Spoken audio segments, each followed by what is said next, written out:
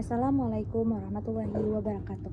Saya atas nama Nur Ajiza dengan NIM 8583444105 program studi S1 PGSD. Di video ini aku mau jelasin tentang hubungan timbal balik antara filsafat ilmu dan pendidikan.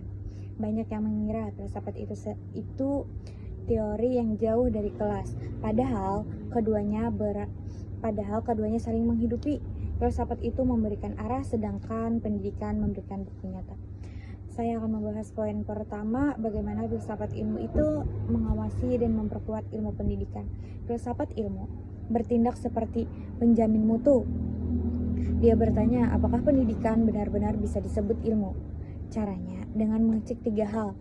Yang pertama ada ontologi, apakah objek kajian pendidikan. Yang kedua ada epistemologi, bagaimana cara kita memperoleh pengetahuan tentang belajar dan mengajar.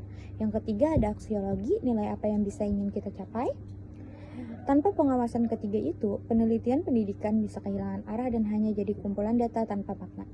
Ya, poin kedua, pendidikan yang bermakna justru memperkuat filsafat ilmu sendiri itu. Filsafat ilmu tidak lahir di ruang kosong. Dia berkembang dari masalah nyata di lapangan. Misalnya ketika guru menentukan bahwa siapa siswa zaman sekarang lebih cepat bosan dengan metode ceramah, maka muncul pertanyaan filsafat baru, bagaimana hakikat belajar di era digital.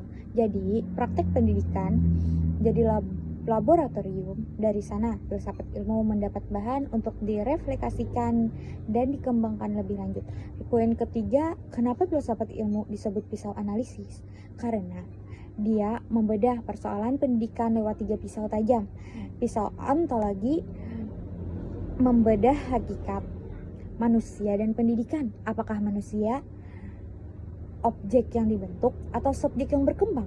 Pisau epistemologi membedah metode, bagaimana kita tahu bahwa metode A lebih efektif daripada metode B. Sedangkan pisau aksiologi membedah nilai, apakah kurikulum adil, apakah tujuan pendidikan ini memanusiakan manusia. Dengan 3 pisau tersebut kita hanya bisa melihat masalah tanpa sampai ke akar masalahnya. Poin keempat atau yang terakhir, contoh code crack-nya ada di sekitar kita. Lihat kurikulum Merdeka. Kurikulum ini lahir dari refleksi filsafat ontologinya mengakui siswa itu unik. Epistemologinya mendorong pembelajaran kontekstual, sedangkan aksiologinya menargetkan kemandirian dan hakikat. Contoh lain ada pada metode student content learning. Metode ini muncul dari paham konstruktivisme yang mengatakan bahwa pengetahuan dibangun sendiri oleh siswa, bukan ditransfer pasif dari guru. Jadi setiap kebijakan dan metode mengajar sebenarnya selalu punya akar filsafat, sadar atau tidaknya.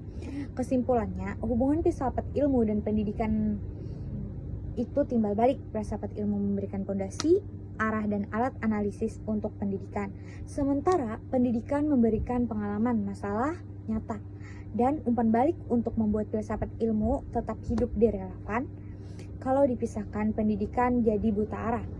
Kalau dipisahkan, filsafat ilmu jadi kering tanpa makna. Terima kasih, itu penjelasan dari saya. Mohon maaf lahir dan batin. Sekian, terima kasih.